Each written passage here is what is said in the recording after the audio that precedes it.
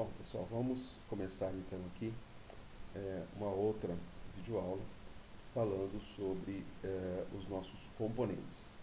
Esses componentes, na realidade, são os campos que a gente coloca na tela, certo? É comum as pessoas começarem a usar todos os campos específicos do Java, aqueles que já vêm, as classes que já vêm do Java. O text field, o JFormat text field e assim por diante. Só que isso não é uma boa prática. O interessante é você criar os seus componentes baseado nos componentes do Java. Porque o que vai acontecer é o seguinte, imagina que você criou os campos textos todos baseados no JTextField do próprio Java. Tá? O que vai acontecer?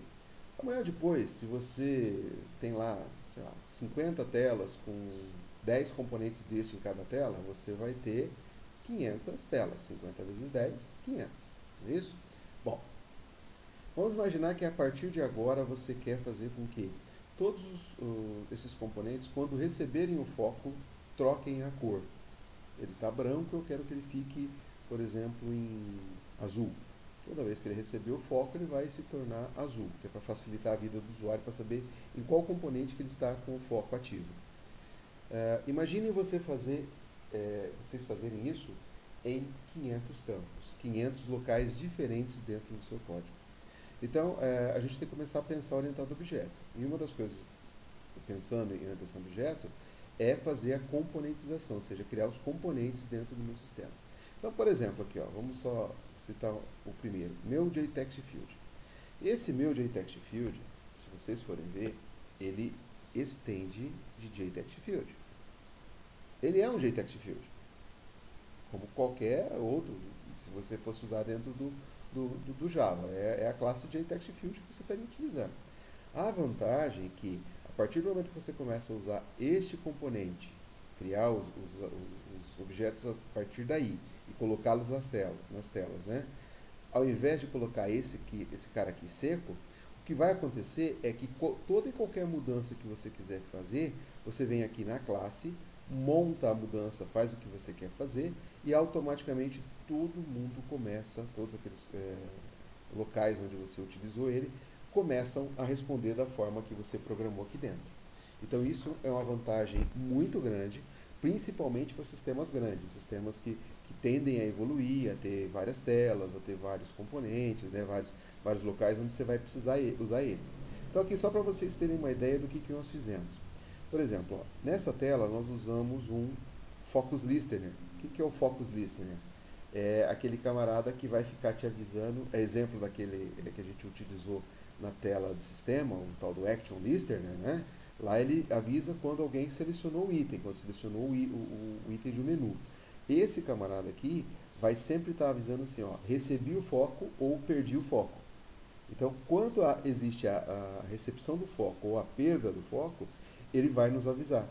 E aí aqui embaixo nós criamos e aí você precisa, para ser do tipo Focus Listener, você precisa ter o Focus Gain e o Focus Lost, tá? Quando ele ganha o foco, ele chama esse cara. Quando ele perde o foco, ele chama esse. Então, toda vez que ele ganha o foco, a gente programou assim, ó, coloca o foco, a cor do campo em verde. Toda vez que ele perde o foco, ele vai verificar se ele é obrigatório ou não, a gente já vai passar sobre isso, já vai conversar sobre isso. E se ele for obrigatório, fica em amarelo, se não, ele fica em branco. Então, esse efeito aqui, ó, é feito para todo mundo, perceba.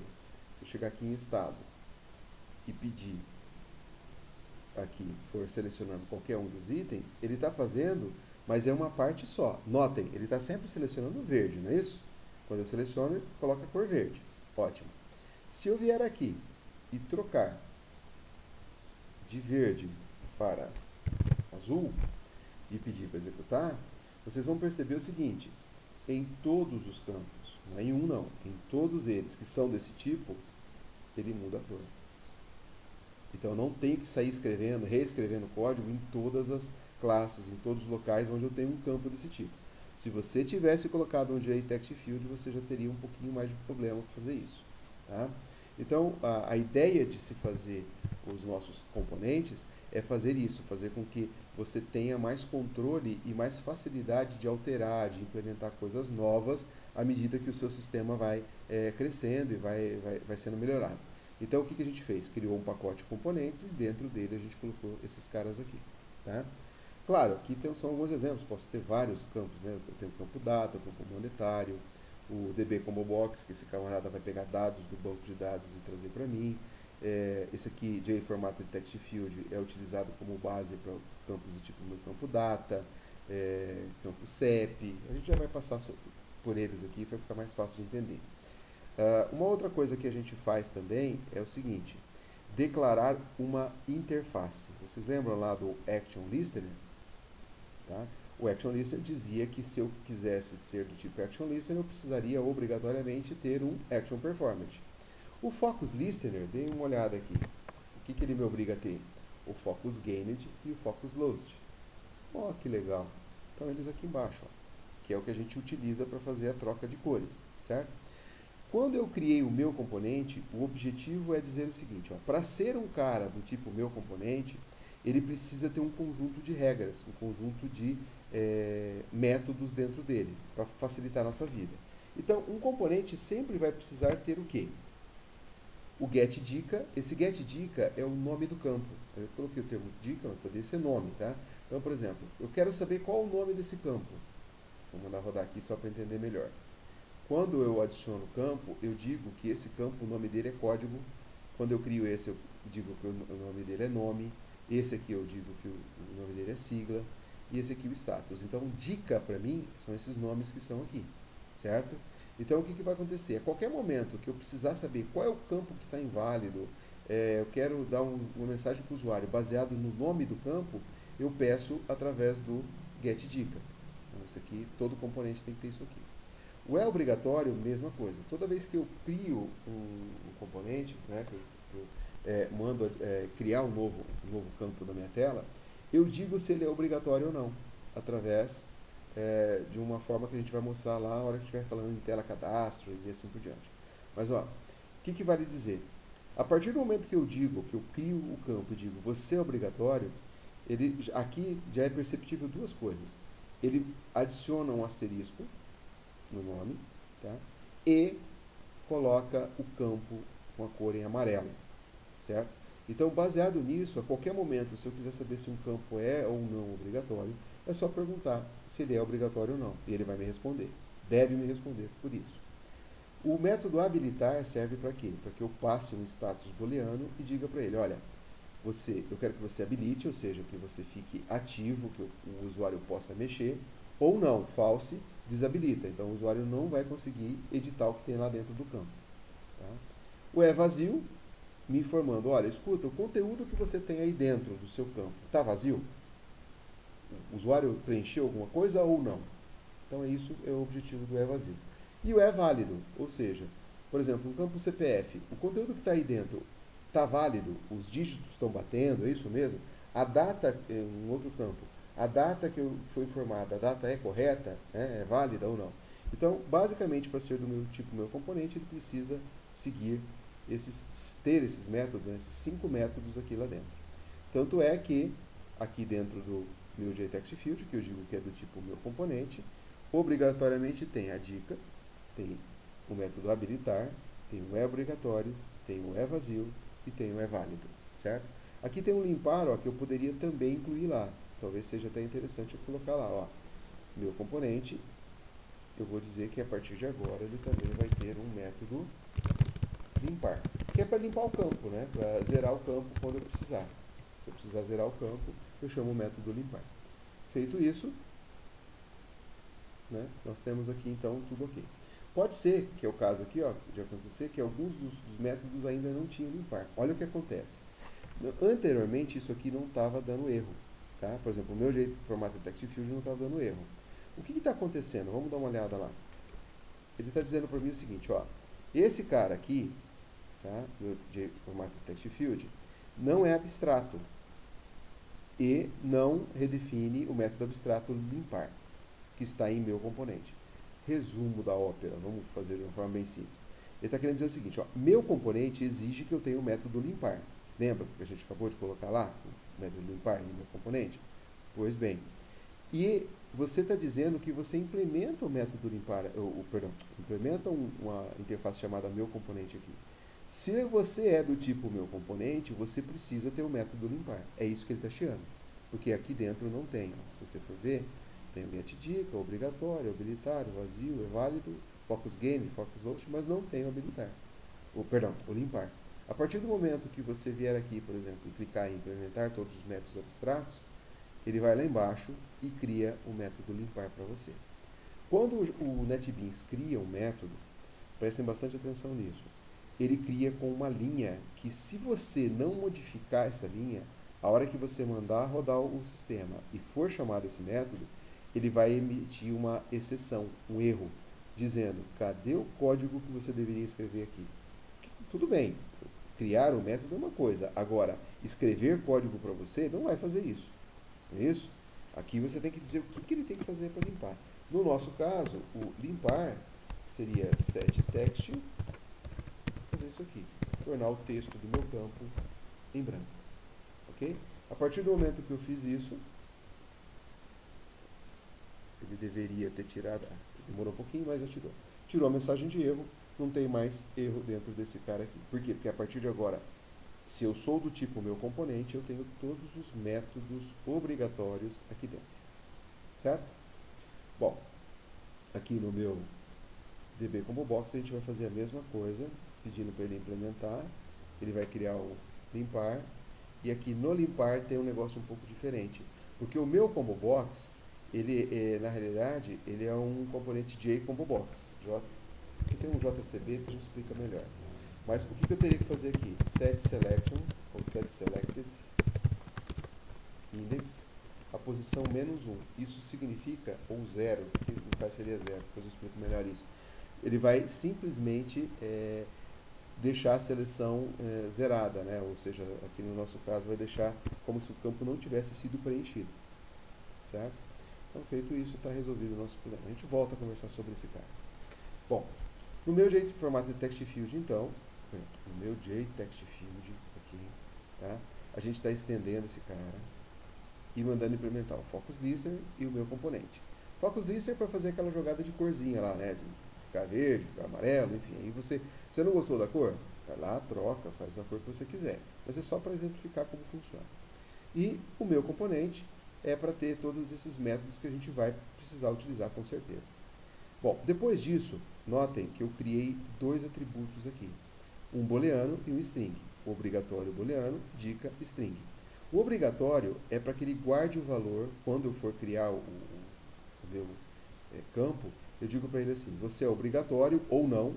Então eu vou passar um parâmetro aqui, se ele é obrigatório ou não. E a dica é o nome do campo. Qual é o seu nome? Seu nome é tal. Bom, o que vai acontecer?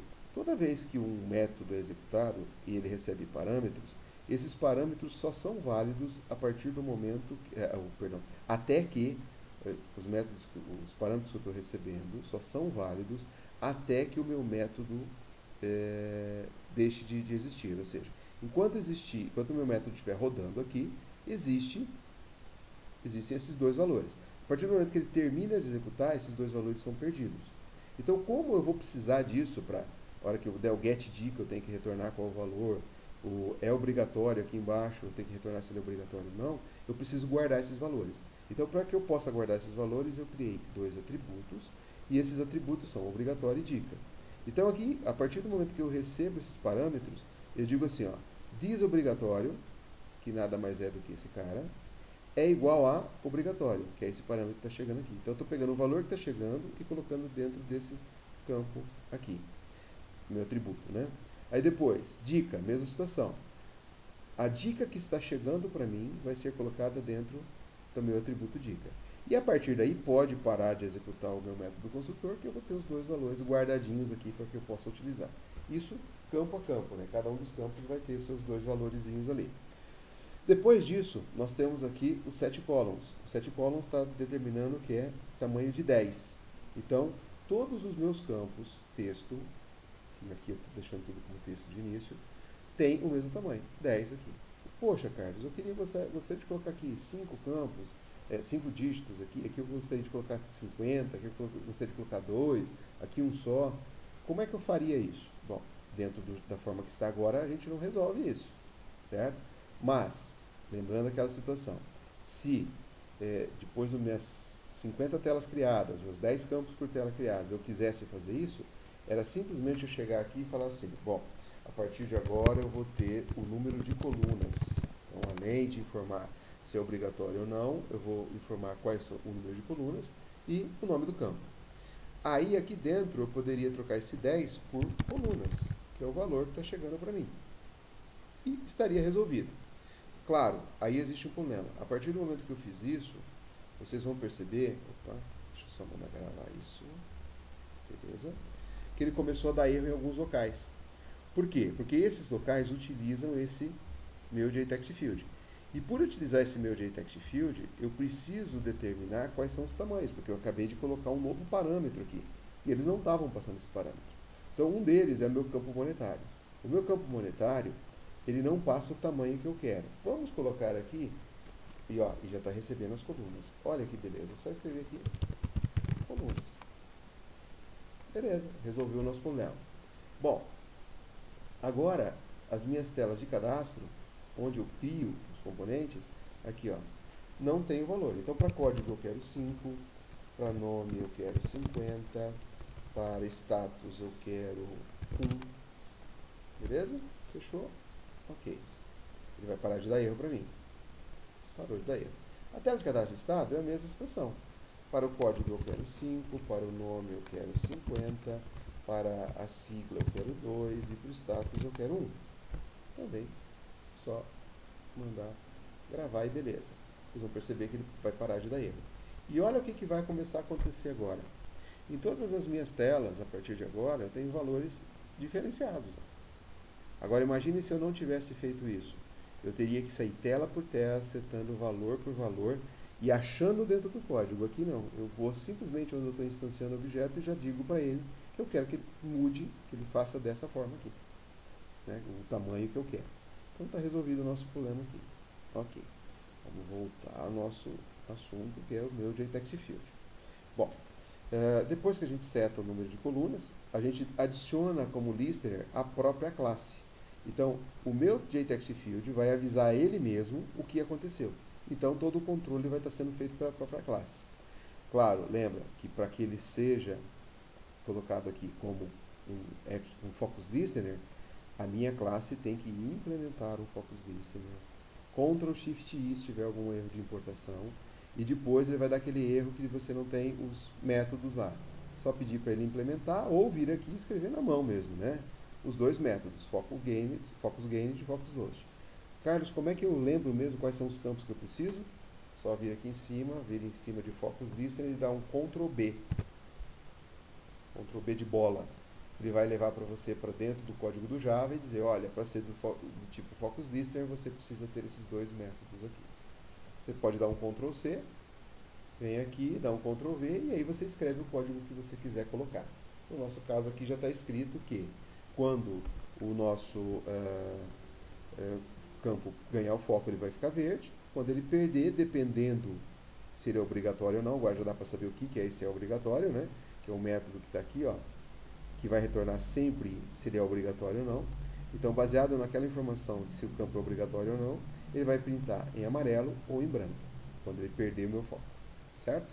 Bom, além disso, ele força aqui um Focus Load null. O que é isso? Ele força a execução deste método pela primeira vez. Toda vez que eu crio o campo, ele já passa por aqui.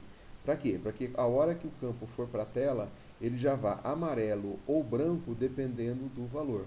Porque se eu não fizesse isso, ele só se tornaria branco ou amarelo quando... Branco já é, né, por natureza, mas amarelo, por exemplo, os campos obrigatórios, ele só se tornaria amarelo quando eu entrasse no foco e perdesse o foco pela primeira vez. Dessa forma, não. Assim que ele é colocado na tela, ele já vai lá amarelo ou branco, dependendo da situação. Bom, depois disso, nós temos o método getDica. Quem perguntar sobre a dica para esse camarada, ele vai sempre responder, minha dica é essa, meu nome é esse. O nome código, o nome endereço, o nome sigla e assim por diante. Só repetindo, dentro da minha classe aqui, por exemplo, Para este campo, a dica seria código. Para este campo, a dica seria nome. Para este campo, a minha dica é sigla. Para este campo, a minha dica é status. Depois disso, nós temos o limpar. O método limpar simplesmente manda zerar o conteúdo, né? Seta o texto dentro do campo como nada, em branco, abre e fecha aspas. O método habilitar recebe um booleano e diz para ele, ó, set enable true ou false, certo? Então aqui automaticamente ele vai fazer isso. Alguém poderia perguntar, mas Carlos, isso aqui eu não poderia estar utilizando lá dentro da minha tela? Poderia. Só que existem campos que a gente não vai ter um campo único. Por exemplo, esse campo aqui é do tipo JTextField e acabou.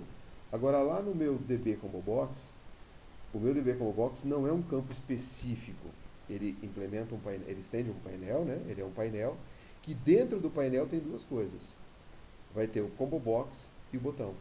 Então, na hora de habilitar, eu preciso passar duas situações. Habilita o Combo Box e habilita o botão também.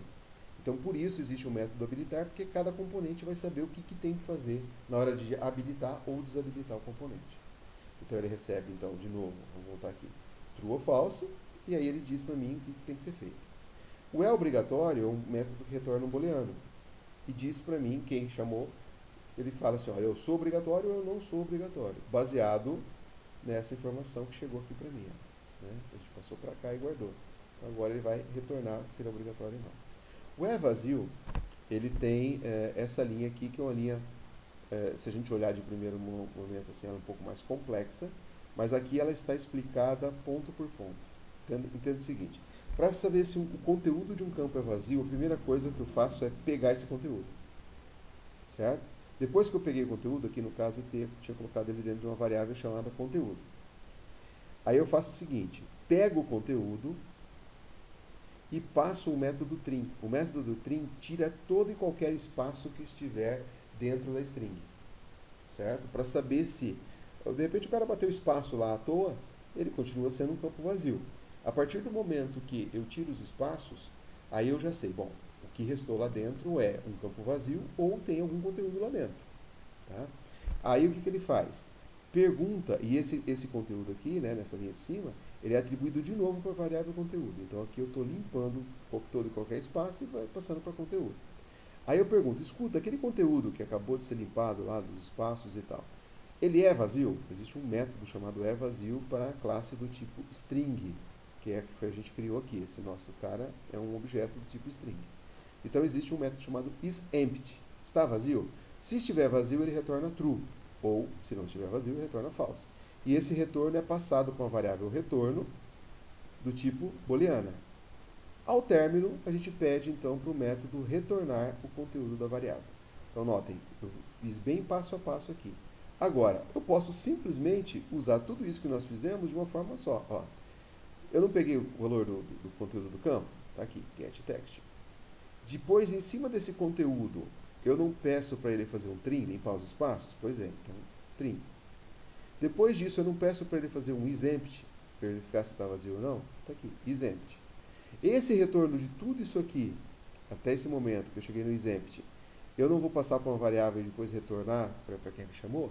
Simples, então agora é só pegar isso aqui e retornar direto. Então, essas 4 linhas, ou esta linha, fazem a mesma coisa. Depois nós temos o método é-válido. Não tem como eu validar o conteúdo de um campo texto. Como é que eu vou validar o conteúdo de um campo texto? A não ser que, por exemplo, você falasse assim, olha, para ele ser válido, ele tem que ter pelo menos 5 caracteres. Aí eu poderia implementar o código aqui. Mas como não é o caso, a gente falou assim, ó, é válido? True. Acabou. Todo campo do tipo meu JTextField, quando alguém perguntar se ele é válido, ele vai responder, sou, beleza, está tudo certo. Tá? Agora, basta saber se ele era obrigatório e não foi preenchido, aí é uma outra situação. Mas a questão do conteúdo que está lá dentro ser válido ou não, ele vai retornar sempre true. Focus gain de focus loss a gente já viu, então não precisamos explicar de novo. Vamos partir aqui para o nosso meu campo data, por exemplo. O meu campo data, notem que ele estende um cara meu JFormatted text field, que está aqui também. A gente criou ele basicamente igual ao meu JTextField. Depois podem pegar ele aí, dar uma comparada, né, fazer uma comparação. vocês vão verificar que é basicamente a mesma coisa, escrito do mesmo jeito, não tem muito segredo, tá? E tudo mais. Um detalhe que a gente colocou aqui é que o é vazio, ele retorna false pra gente, tá? Porque na realidade essa nossa classe, a gente não utiliza, a gente não pega campos direto dela. A gente utiliza ela como uma classe que vai fazer herança para outras, para ajudar o nosso processo. Então notem o seguinte, se eu tenho um campo texto, eu tenho tudo implementado, beleza. Se eu tenho um campo que vai ter máscara, por exemplo, o que é máscara? É aquele campo que tem caracteres especiais no meio. Por exemplo, o campo data, existem as barras dentro do campo. O campo CPF, existem os pontos, existe o traço para separar o nome o número do CPF dos dígitos. Um campo CEP, existe o hífen lá para separar o CEP, por exemplo, CEP de Umuarama, o geralzão, 87500-000. Então, esses caracteres especiais é o que a gente chama de máscara. Então, todos os campos que forem do tipo máscara vão fazer uma herança deste cara aqui. Por quê? Porque daí eu já vou aproveitar tudo que está aqui dentro. Ó. Obrigatório, dica, o esquema do focus listener, focus lost, pegar a dica, se ele é obrigatório ou não, habilitar, tudo que está escrito aqui dentro vai ser aproveitado. Então eu não preciso reescrever novamente. Tá? Reescrever novamente mas reescrever, certo? Eu não preciso reescrever esse código porque ele vai estar aqui. Vamos notar então o nosso campo data, como é que ficou. O meu campo data, de cara, ele estende um text field. Como ele está estendendo um text field, opa, está errado aqui. Fiz besteira, né? Aqui é o meu JText field, aqui, meu campo data. Como ele está estendendo o meu JFormatted text field, tudo que estava escrito lá nesse cara, eu não preciso colocar de novo. Então eu só tenho que colocar o que é específico de um campo data. Então, como é que a gente começa falando do campo data? Ele recebe se ele é obrigatório, qual é a dica, e repassa isso para o super. Esse super que ele está fazendo aqui, nada mais é do que este meu método construtor aqui, ó, no meu JFormat Text Field, que vai guardar o obrigatório, vai guardar a dica, vai adicionar o listener, vai fazer o focus lost, tá? Então, quando eu faço esse super, ele já fez toda aquela outra parte lá, ok? Se você tem dúvida para onde ele está indo na hora que você chama o super, é só colocar o cursor em cima e pressionar Ctrl B e ele vai te levar para onde ele está chamando o super. Quem é o super dele. Tá?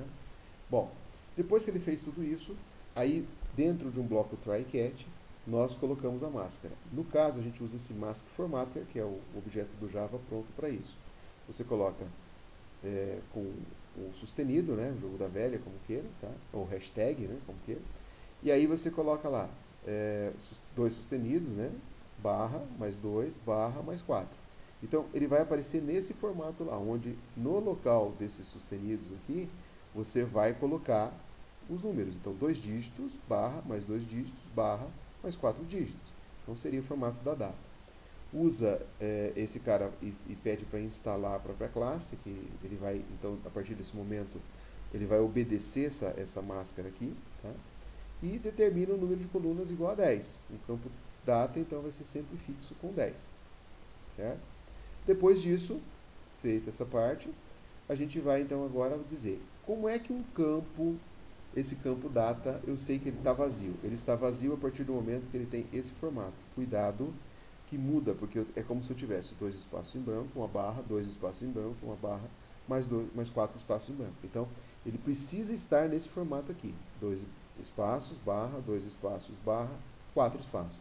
Porque ele só vai estar vazio quando ele estiver dessa forma. Porque agora tem as barras, né, para ser considerado. E este método é vazio está redefinindo o método que está na meu JFormat Text Field. Então, a partir de agora, para o meu campo data, o que vale é vazio, é essa verificação aqui. Ele pega esse cara e pergunta, tá igual a isso aqui? Se tiver igual a isso aqui, está vazio. É válido, aí é a questão da validação. Notem que eu tinha uma série de outros métodos, aqui eu só estou escrevendo 2. O é vazio, claro, o método construtor que a gente já fez, né? O é vazio e o é válido. O é válido, ele usa esse objeto aqui para verificar a data. Esse Simple Date Format, ele determina qual é o formato de data que eu estou usando. Eu estou usando 2 dígitos para o dia, 2 dígitos para o mês, notem que esse M é maiúsculo, e 4 dígitos para o ano. Quem tiver dúvida sobre isso, dá uma pesquisada como funciona o Simple Date Format.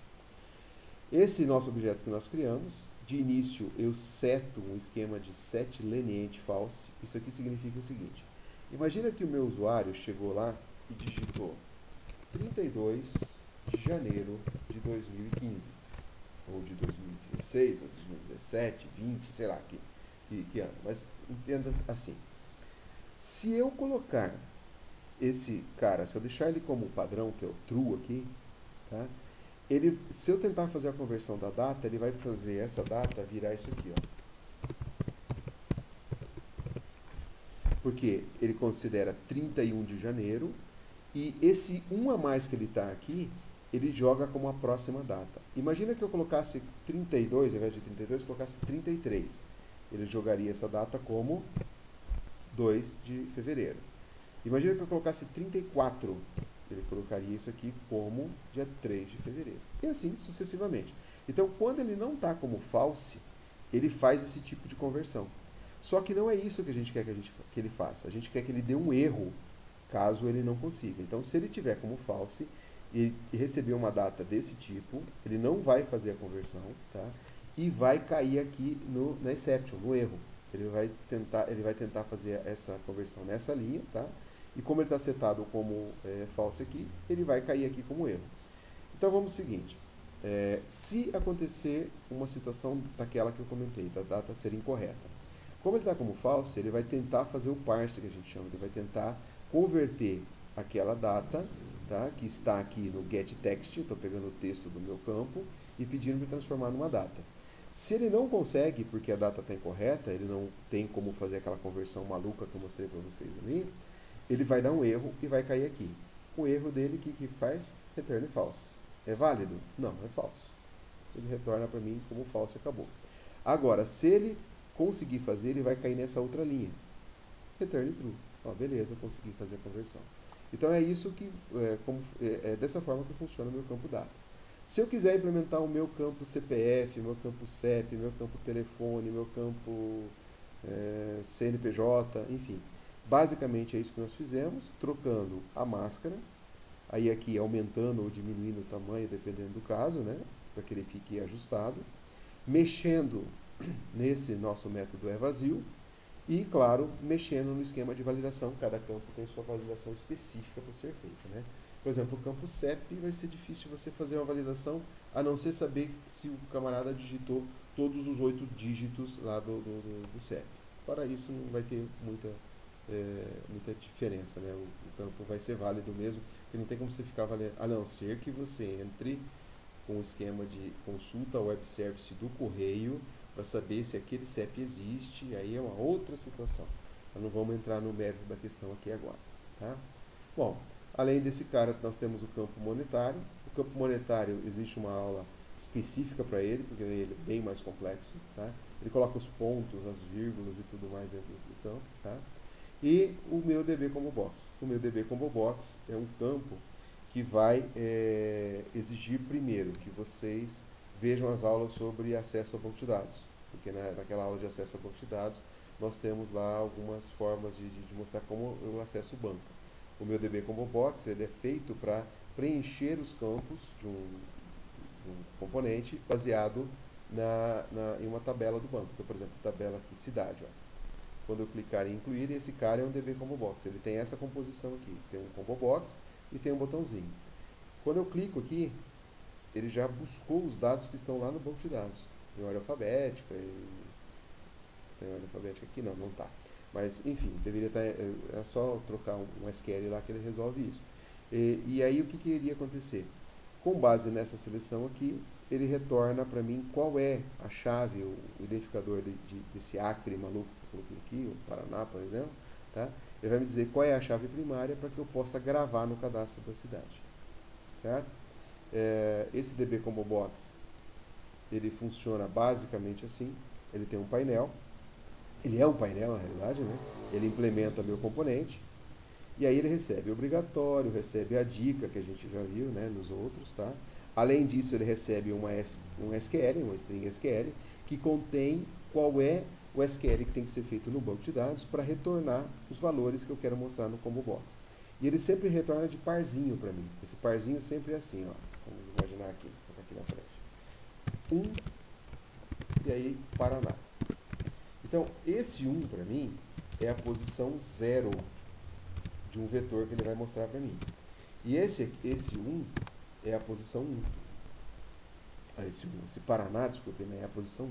Então, sempre ele vai retornar uma lista para mim aqui, ó, por exemplo, 1 Paraná, 2 São Paulo, e aí vai. Tá? Então, todos os estados que estiverem lá no banco de dados vão ser retornados sempre para mim. Uma PK e o nome que eu quero mostrar dentro do combo box. A outra PK e o nome respectivo a essa PK que vai ser mostrado dentro do meu, do meu combo box. E assim sucessivamente. Tá?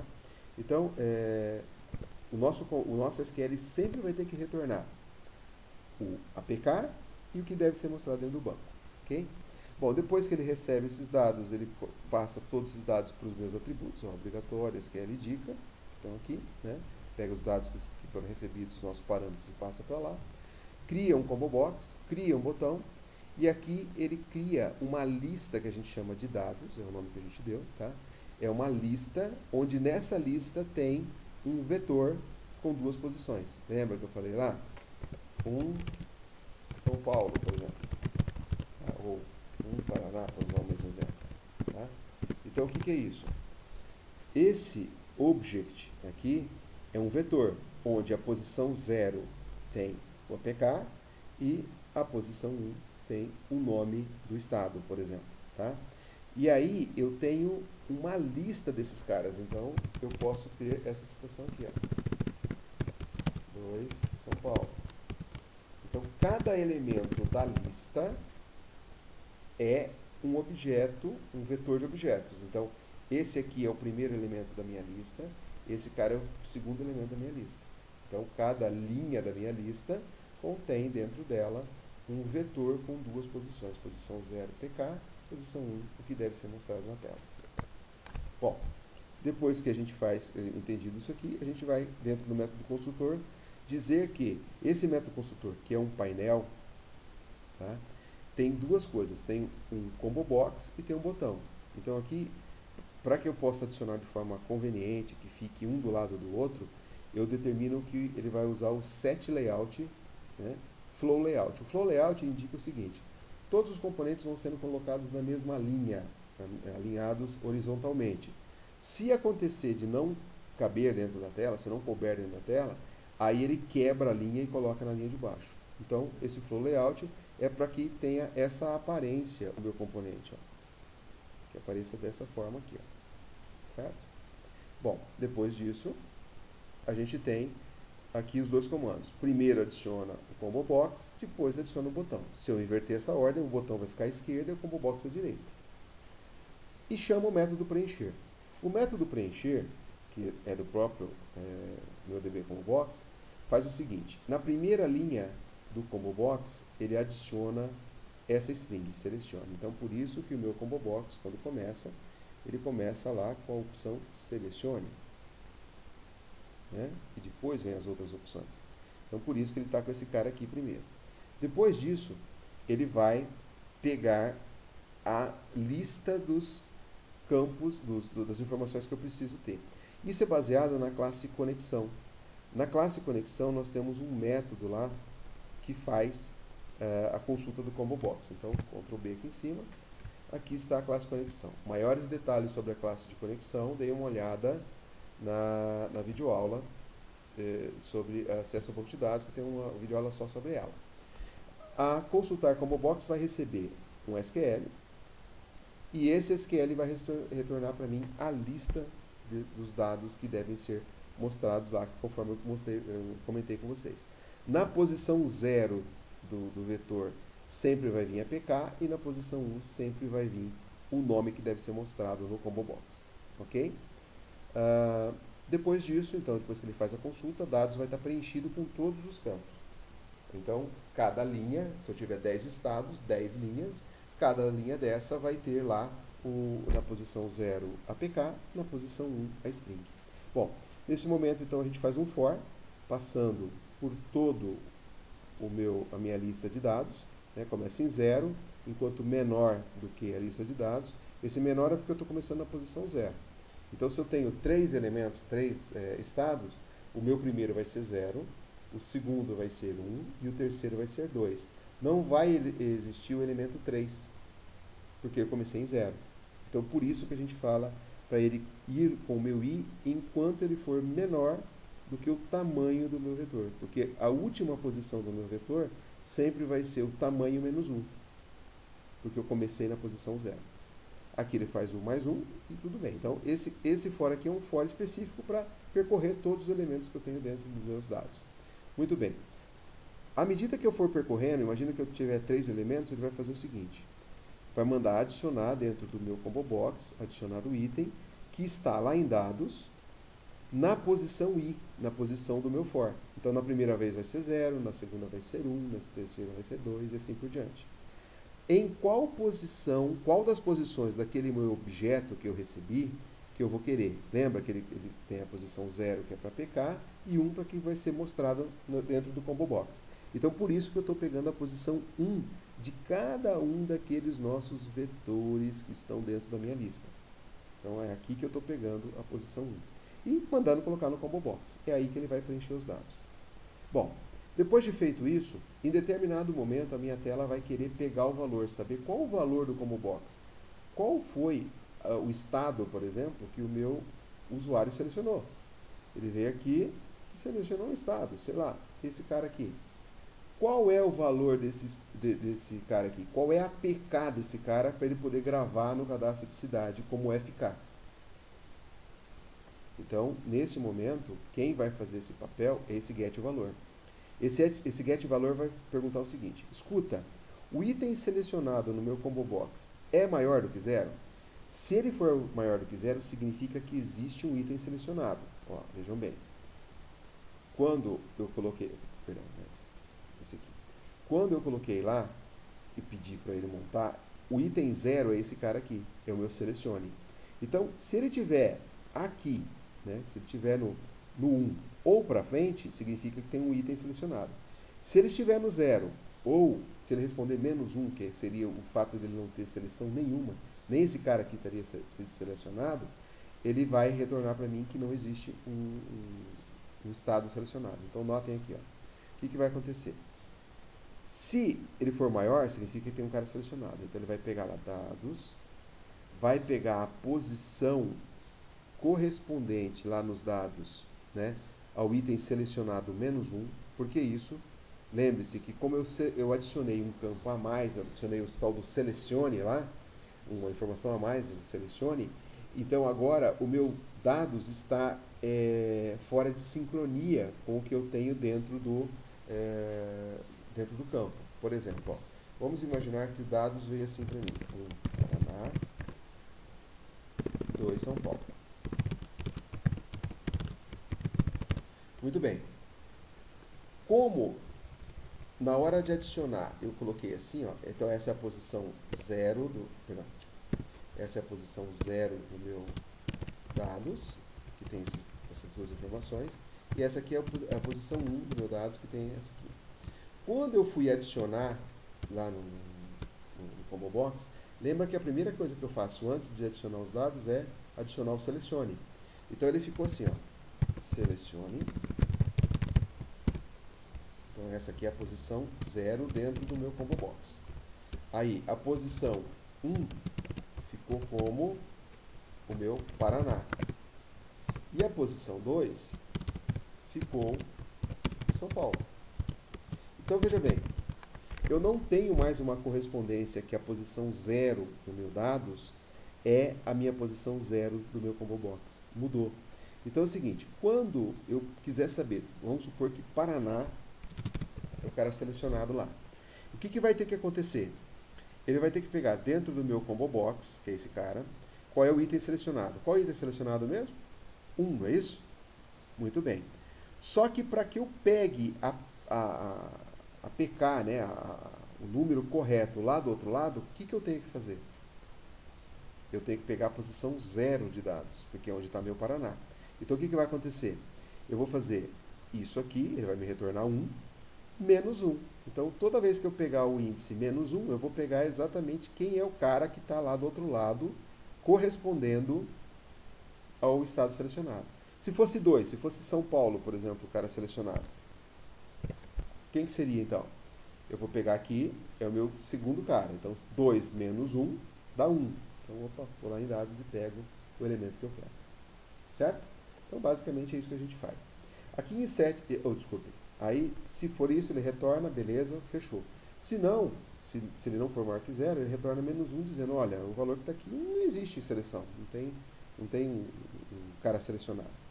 Aqui, ó, em 7 valor, que é o contrário, se alguém de dentro quer colocar um valor, por exemplo, nós vamos mandar rodar aqui. Opa, tem um erro. Claro, né? Tem um erro porque eu coloquei esses comentários aqui. Vamos ver se eu não tenho. Tá. Mas vamos pedir para ele só comentar essas linhas aqui e rodar lá. Aqui, beleza, vamos rodar. O que vai acontecer aqui, por exemplo, quando eu consultar do banco de dados alguma coisa? Consultar lá, por exemplo, a cidade 1. Ele tem que trazer Paraná para mim. Mas o que vai acontecer? Do banco de dados, ele vai trazer a FK do estado do Paraná. Certo? Vamos supor que a FK do estado do Paraná é 1. O que vai ter que acontecer? Eu vou ter que selecionar o estado onde a FK é 1. Certo? Então, para fazer isso, o nosso set valor faz assim. Ó. Ele vai percorrer todos os meus dados, então vai de 0 até o número lá, né? E vai ficar verificando o seguinte: escuta, o valor que você passou para mim, que é para que eu possa, da FK lá, FK número 1 do Paraná, é igual ao que eu tenho lá no meu dados na posição 0, porque está começando 0 aqui, depois 0, 1 e assim por diante. Então, posição 0 seria essa. É igual? Mas igual em qual parte? Lembra que dentro da 0 eu tenho o primeiro elemento, que seria meu índice 0 aqui, né? E o segundo elemento, que é o índice 1, que é aquele cara onde vai mostrar os valores. Então, dentro da minha linha 0, no índice 0, o que eu tenho é o número 1. Então, ó, linha 0, que vai estar o meu for, o índice 0, que é o cara, a minha coluna que eu quero pegar lá, certo? Esse cara é igual a 1? Opa, que sorte, hein? Já foi o primeiro. Então, automaticamente, você manda selecionar no Combo Box, manda setar como índice selecionado o que você tem aqui, mais 1. Por que o mais 1? Por causa daquela jogada de novo. Como eu tenho selecione, o que vai acontecer? Quem é o Paraná dentro do meu Combo Box? É o primeiro elemento e não o elemento 0. Então, por isso, eu vou ter que fazer o mais 1.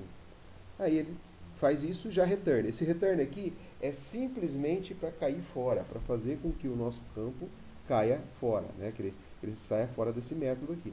Se por um acaso ele fez tudo e não caiu fora, significa que ele não encontrou. Aí ele dá uma mensagem, ó, aqui, dica, né? Por exemplo, estado, cidade, fornecedor, vai depender de cada situação, tá? Não encontrado. Não encontrou esse cara que estava no banco de dados. É estranho isso acontecer, não deveria acontecer, mas se chegar a acontecer, o campo vai gritar aqui. Né? Bom, vamos tirar isso aqui daqui. Depois, o get dica é normal, igualzinho. O get obrigatório é obrigatório igual. O habilitar, que eu mostrei já para vocês, ele habilita ou desabilita os dois campos, né? Tanto o combo box como o botão. O é vazio pergunta se está vazio ou não. Se ele for menor ou igual a 0, ele está vazio. Já explicamos isso, já conversamos sobre isso.